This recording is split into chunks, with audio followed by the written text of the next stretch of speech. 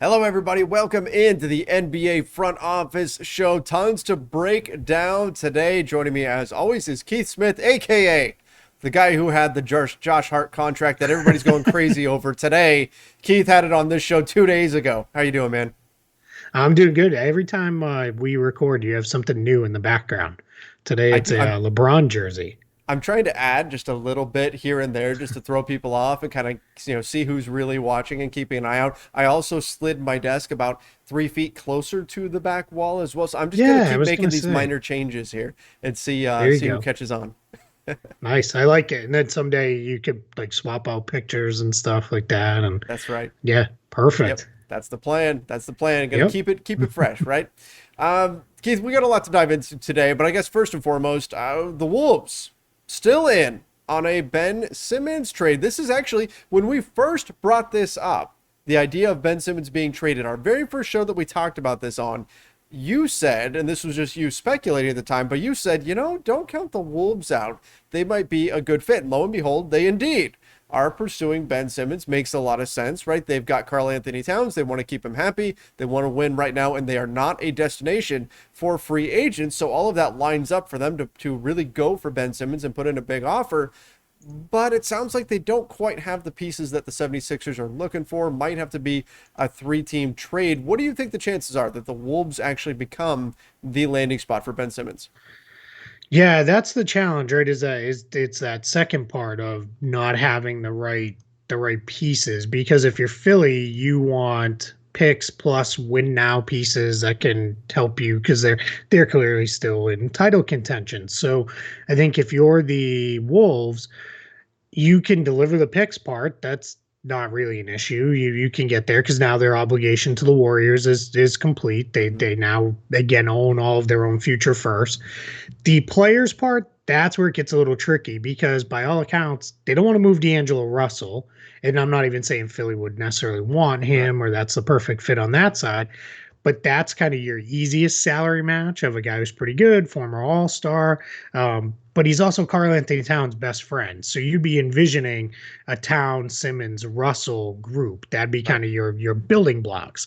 So I think if you are the Wolves, you've got to find somebody else who is maybe interested in some of your younger players. But your younger players you're not moving Anthony Edwards for them. So you're starting to talk, all right, Malik Beasley maybe.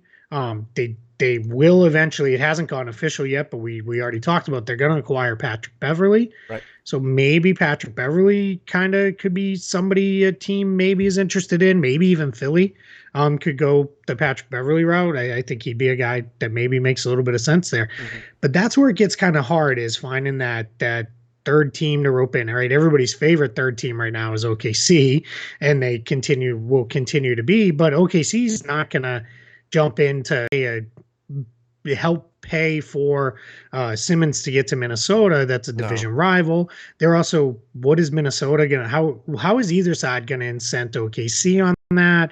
OKC doesn't really have the veterans to turn around and send to Philadelphia either. So yeah, it's just kind of a messy fit there. That might be one. If I was Minnesota, I would just pick up the phone and call every couple days and say, "Hey, how you feeling about Malik Beasley and Patrick Beverly and Right. Torian Prince and four firsts?"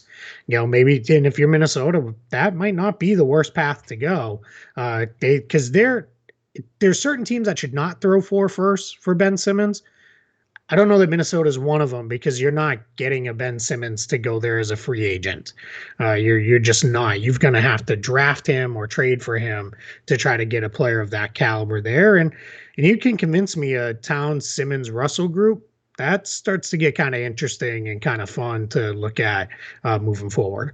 Do you think anything involving Anthony Edwards is an automatic no? Because in my mind, if you're saying, look, hey, we want to trade for Ben Simmons and Philadelphia's asking price is sky high, but you're going into the negotiation saying, but you can't have D'Angelo Russell and you can't have Anthony Edwards, there's not a whole lot of value Yeah. elsewhere on the roster. And I have a hard time just seeing where does Minnesota get the value aside from first to really give Philly to incentivize them to do the deal. Yeah, I'd probably say no if I was Minnesota. Yeah. Edwards looks like he might be really, really good. No, I And agree. I that, wouldn't do it either. yeah. So if you're saying Towns, Simmons, Edwards, Russell, plug in fifth starter here. That's pretty good, and I feel Hmm. pretty good about that if I'm Minnesota as far as building moving forward. So yeah, my guess is that's probably not going very far. Is that conversation Hmm. just because it's one of those things where yeah, he's not that. Then it starts to tilt too far towards Philly's side if you're the Wolves. So I think I would probably say no and just stick with all right. I'm going to stick with what we have then. And this might be one too where I think everybody's kind of waiting Philly out right now Yeah. and saying, are you really going to bring him to training camp a month from now and deal with that? And we'll see. This is it's starting to turn into who's going to blink first here a little bit on some Right. of these offers. And here's the other piece to this, and that's Ben Simmons himself. I know we've heard that, he wants to be in California somewhere, that he's about that lifestyle and all that kind of stuff. If I'm Ben Simmons, though, this may not be the worst thing if he winds up Yeah. with the Timberwolves. Out of the spotlight, you're at a franchise that has been down in the dumps for years and years and years now. You're not going to make things any worse by coming there. In fact, if anything, you're a rival. If they suddenly become a playoff team, guess what? You get to be the hero that helped lift this franchise up, right? And the expectations are not going to be that high. You don't have the same spotlight on you playing in Minnesota. Yes, I know the weather is not the same as in California, but just in terms of getting his career back on track, I don't think this is the worst outcome. No, it's not California. It's not playing in a glamour market, but I could see a lot of positives from Ben Simmons' perspective to winding up with the Wolves. Yeah, and if you're the Wolves side of things, you have to be thinking, all right, Karl Anthony Towns has never said he wants traded or wants anything Mm-hmm. like that. He's been extremely loyal and there's never even been buzz except by every other fan base who says, Karl Anthony Towns needs to go somewhere else. Right. So I think if you're the Wolves, what you're kind of looking at is yeah, we don't even want to get it to that point, right? We don't want a Lillard situation where maybe I'm kind of sort of thinking about a trade. Like you Mm-hmm. don't want that. You want him to stay happy. You want him to stay right there, where he is. And what's also funny, I made this point on another show the other day. Yes, occasionally I do cheat on you, Trevor. Sorry, it does happen. He I'm gonna storm out of here, Keith. I'm so yeah, that's mad. it. Well, I'll just talk to the LeBron jersey then. Um, we Karl Anthony Towns in Minnesota, it's starting to feel a little bit like KG in Minnesota, where KG Mhm. never wanted to leave. Right. It's something with Minnesota. They guys like it there. I know it seems cold all the time, and but this is you've been basically a southern climate kind of guy for a long Mm-hmm. time. I have been too.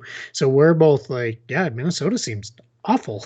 That seems terrible in the That's winter. cold. But guys love it there. Like nobody ever wants to leave when they get there. So it's one of those things where I get, they're doing something right. I've only been there twice in my life and everybody was so nice. So maybe that's part of it too. So, I think it's one of those things though where it will eventually become about winning for Towns.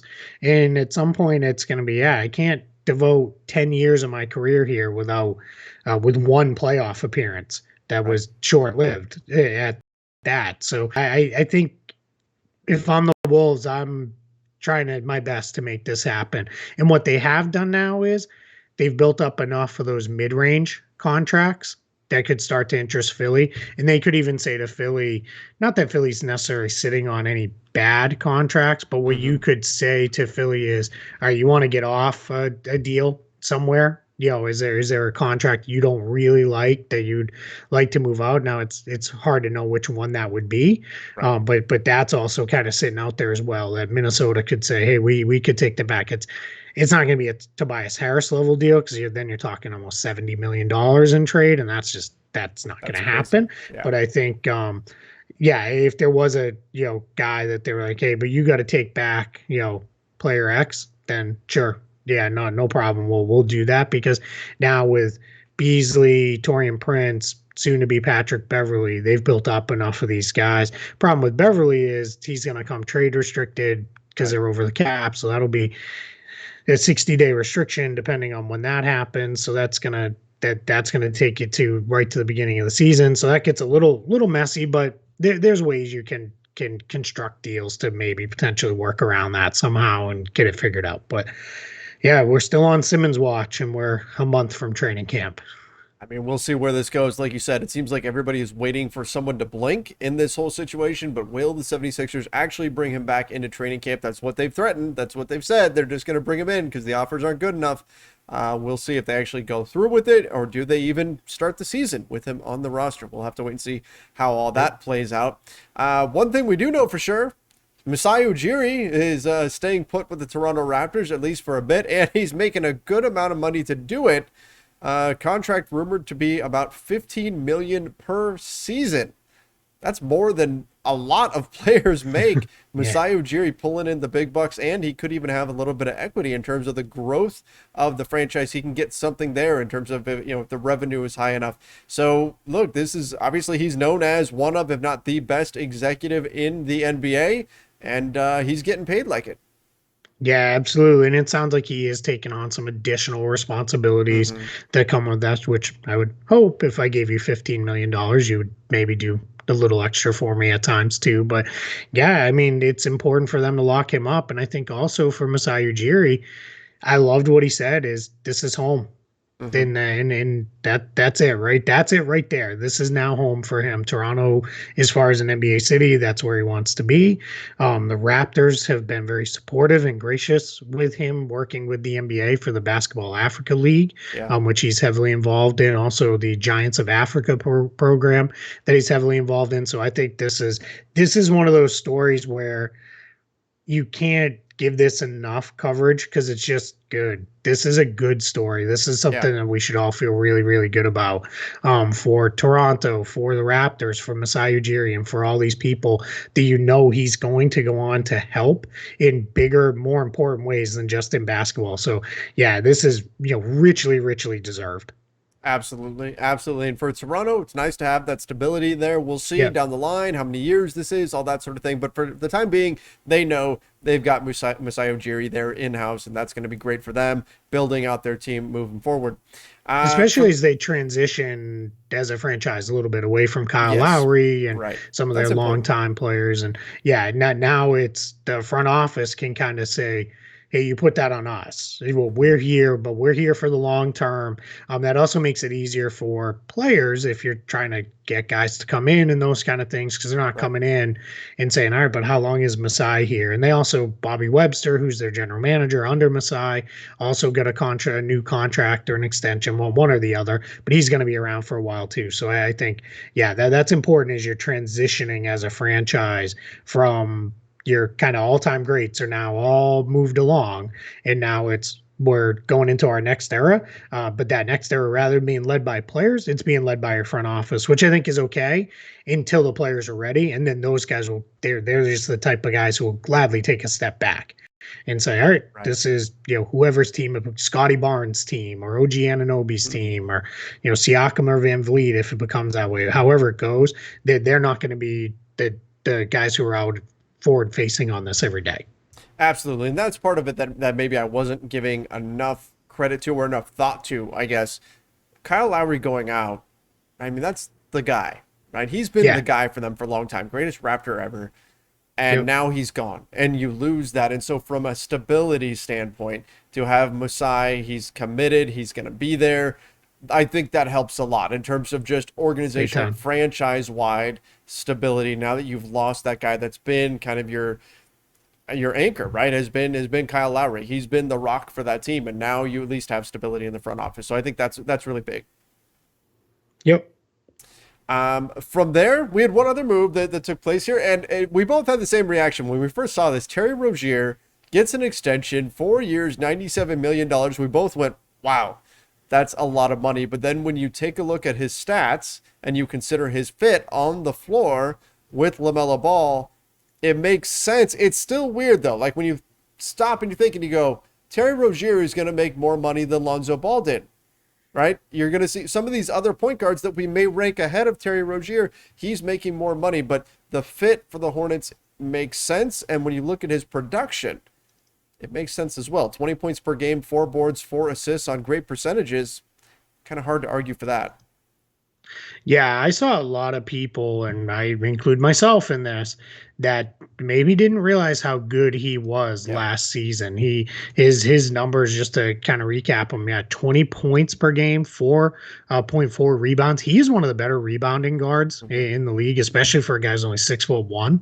He gets up there and he's not afraid to get in there and mix it up with that. And 4.2 assists. Now, 4.2 assists, you might be like, for a point guard, that's not very good. But remember, he played almost all of his minutes with LaMelo Ball and or Devontae Graham. Yeah.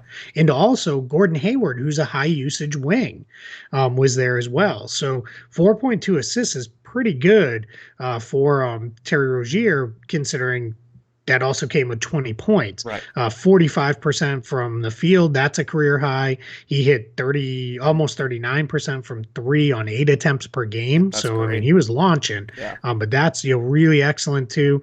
1.3 steals per game. He's the best defensive guard on the roster, I think, by a pretty decent margin. Hmm. That also allows LaMelo to play the bigger guard out there, or LaMelo and Hayward to kind of be interchangeable on the wings out there, because Rozier can play against those quick, speedy point guards that kind of is not maybe LaMelo's kind of guy to cover. Right. So yeah, I think all around this is one of those contracts when you initially look at it, you're like, whoa, Hmm. 24 million a Right. year.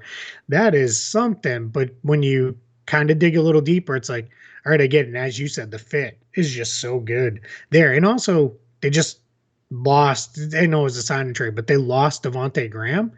That's a little hard to.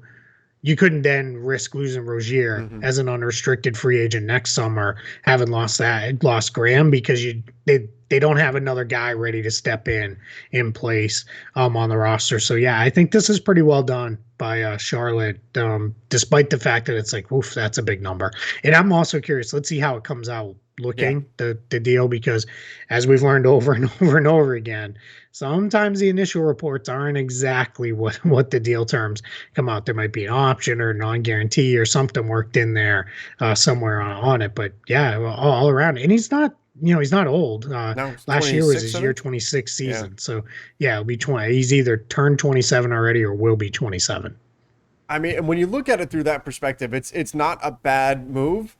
The only thing that gives me pause is essentially at that price, you're paying him to continue the production we saw last year. You're paying him and saying, we believe that that was not an outlier. We believe that this is simply who you are. And if you look at his stats from the previous year, okay, like you can make a pretty good argument. But again, if there is any kind of a slip there, that the value goes away pretty quickly on this deal. You're paying him as though he's going to Mm-hmm. continue to produce at that level. But like you said, when you add in the fit piece of this, it makes a lot of sense. It's also, I think, a very strong commitment, not just to Terry Rozier. It's a strong commitment to LaMelo Ball. And look, here we found a guy that's a perfect fit next to you, and we're going to spend the money that it takes to keep him around. And I think that's important. You know, we're seeing this more and more often in the NBA, right? You look at Luka, you look at Zion, rumors start flying almost as soon as guys get onto teams that they're going to be looking to get out at some point. And so it's nice to see a team take the steps to already show a player, look, we're doing what's in your best interest. We believe you're going to take your game to that next level. You're going to be a star for us, and we're going to make sure that we surround you with the right pieces. Yeah, and they're set up really well cap sheet wise too, because you still have Ball on his rookie scale contract for two Mm-hmm. more years after this one, before he'll start to get really expensive. So you're gonna have Hayward and Rozier making big money. They're gonna make about 54-ish million combined next season, somewhere in that range. But then everybody else on the roster is either a rookie scale guy or making not that much. And even Kelly Oubre Jr., his contract's only partially guaranteed for next season. They can get out of it for kind of cheap if he doesn't work out. Mason Plumlee's is only half guaranteed at 4.6 million, so another one you can get out of relatively easy. Even Ish Smith, who they signed a little later in point guard roulette, played out. His is completely non-guaranteed for next year. So you didn't even really mess up your cap sheet with Right. this move, because it's it's been a pretty good turnaround for the Hornets because they just a couple years ago they had one of the worst cap sheets in the entire NBA. It was awful with some of the salaries that they were carrying, and just as they had kind of overcommitted to that one Kemba led playoff team that they were like, hey, we made the playoffs, now let's sign everybody. And it was like, wait, these deals as they were being signed were like, oh, those are not gonna be good, Mhm. especially Bismack Biyombo maybe. But anyway, um, it's the second time around with Bismack Biyombo. That's right. But yeah, it was I think this is another pretty good piece of work and what's been a fairly solid offseason for this Hornets team. So Amadou Well done. Diallo, breaking Well news. done, Mitch Kupchak. Oh, we got breaking Yeah. news. Breaking news. Amadou Diallo has signed a 2-year, $10.4 million deal to stay with the There it Detroit is. Pistons. Oh, So all right. And that's kind yeah. of that. He was kind of the restricted guy that nobody was talking about because we are all talking about Josh Hart Yep. and Lowry Markkinen. Markkinen's still out there, but good to know. You know, he got paid. I feel like that's a pretty fair deal. We'll see. It could be a second year. Who knows? Maybe a player option, something like that. We'll have to see what the details look like. But I feel like that's a pretty good deal for him. Yeah, they yeah, I think it is that is really solid. I think it's that's a that's a pretty good number. I feel really good about that number for him Hmm. and for the Pistons. He played pretty well when he got over to Detroit. To go back to Terry Rozier, if I can Yeah. quickly, um, two things on this that immediately came to mind is so former Celtics guard signs this big extension right on the heels of another Celtics guard who's still in Boston signing an extension.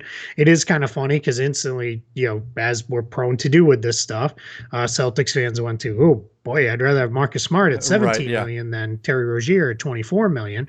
And yeah, I get I'm there too, but different roles, different fit, and those kind of things. So that part is interesting. I do wonder if now they gave Smart the max they could Yeah. as an extension and without him going the free agent route and all that stuff. So it's not like Boston could have given him more right now.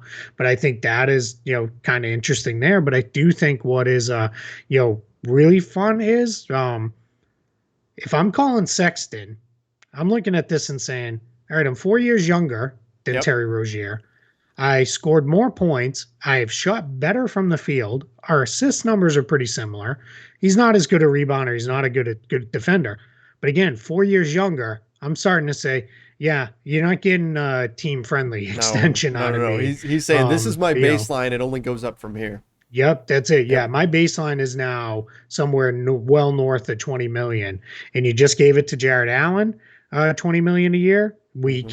We can go into restricted free agency and see what it looks like, or let's get this contract extension done. So if I'm Colin Sexton and his representatives, I'm using this now as my point that I'm going to be bringing Hmm. this deal up every single time from here on out, just to say, hey, wait a minute, younger, his stats are arguably better. Where are we going with this? Gotta love the NBA where nothing happens in a vacuum. Terry Rozier gets extended, and it may have just helped set the market for Colin Sexton. We'll see how all that turns out. But Keith, pretty decent amount of news here for a Yeah. mid towards almost end, I guess. Now we're getting into more the end of August show. Yeah, we keep saying like we've got all the stuff planned. We're going to talk our best and worst free agent Yep. stuff and then get into team previews and all these things. And every day the league delivers a little bit more news for us. So, yeah, so just, we'll keep bringing news, but we will get into that stuff Yep. just so everybody knows if you're watching out there. We're going to be doing team review previews because we're going to talk about what they did and then talk about what they might be this upcoming season. We will get to all 30 before training camp starts, probably 2 teams per episode, unless we've got a couple that we do like we really feel like, all right, they should probably have their own. Right. And there might be a couple they didn't do very much. We could probably do 3 in this show. So we'll figure out the timing on that. We like to do it a little random just because it's kind of a little bit more fun. But yeah, be on the lookout for that. We're excited. We get a lot of stuff still coming for you here on Front Office Show. So I'm going to steal Trevor's thunder and say, please subscribe. That's we're, right. We're pushing towards 10,000 subscribers. Ooh, let's get there. You know, we're going to get there. So our goal, if you guys can help us out, we want to be there by tip off of the season. So we've got 2 months to get there. So we can do it. So help out, tell your friends, your family, everybody, go sign your grandma up and with a YouTube account and subscribe her to the show.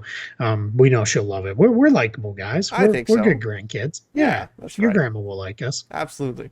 Absolutely, guys. All right, so make sure you do subscribe. Don't forget to turn on those notifications as well. And of course, like this video. Till next time, everybody, stay safe and see ya.